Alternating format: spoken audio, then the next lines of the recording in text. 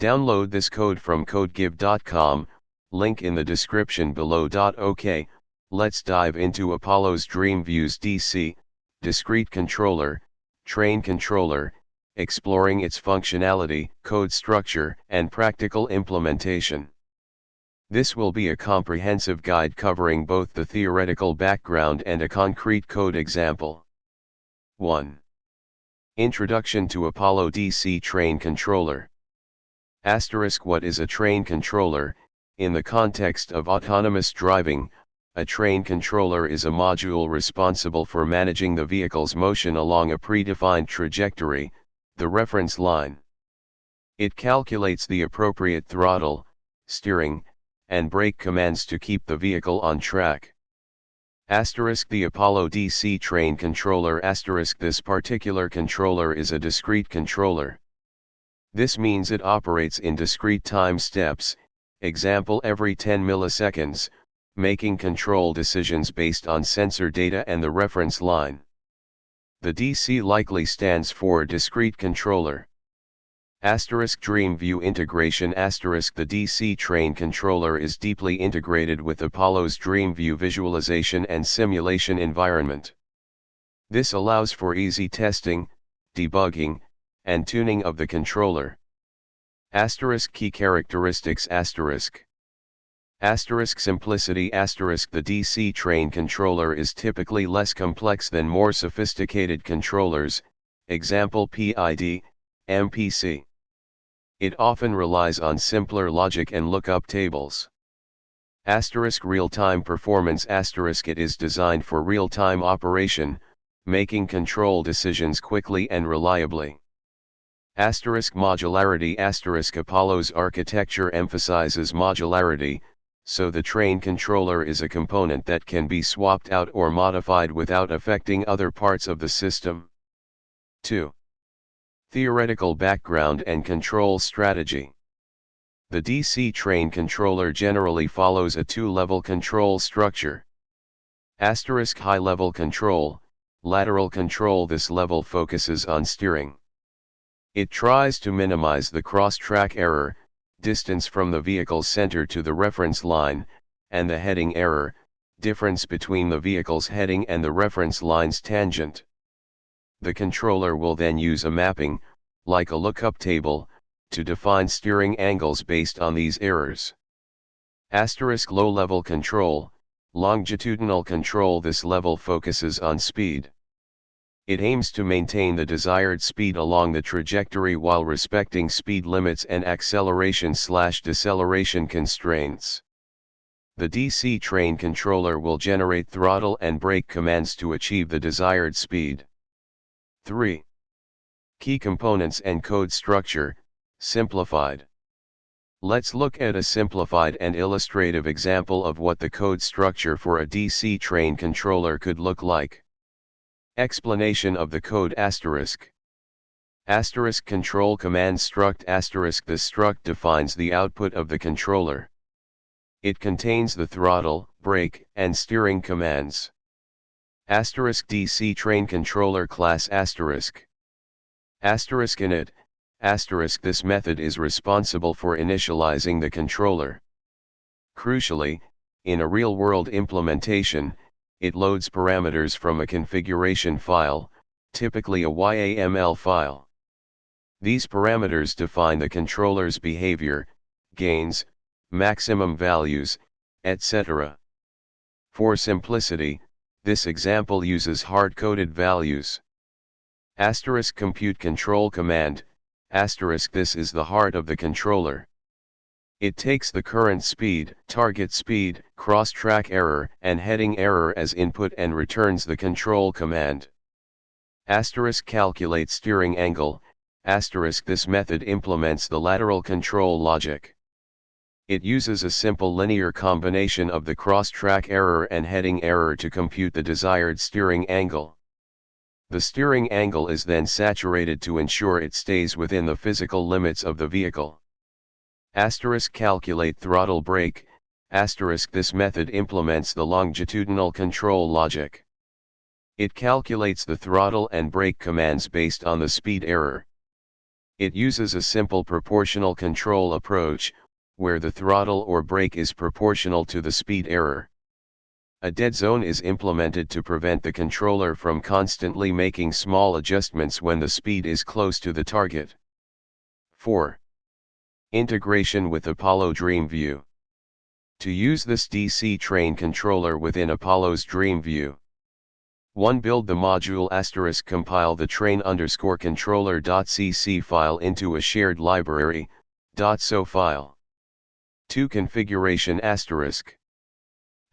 Modify the Apollo control configuration file, likely modules/control/conf/control_conf.pb.txt, to specify that you want to use the DC train controller. This usually involves setting the controller _type field to the appropriate value. * Create a configuration file for the DC train controller itself, example modules/control/CONF/DC_train_controller_conf.pb.txt. This file will contain the parameters that are loaded in the init method. This is where you'd set the gains, maximum values, and other parameters specific to your controller. 3. Apollo DAG, Directed Acyclic Graph, configuration * ensure that the control module is properly connected to the other modules in Apollo's DAG, example perception, planning.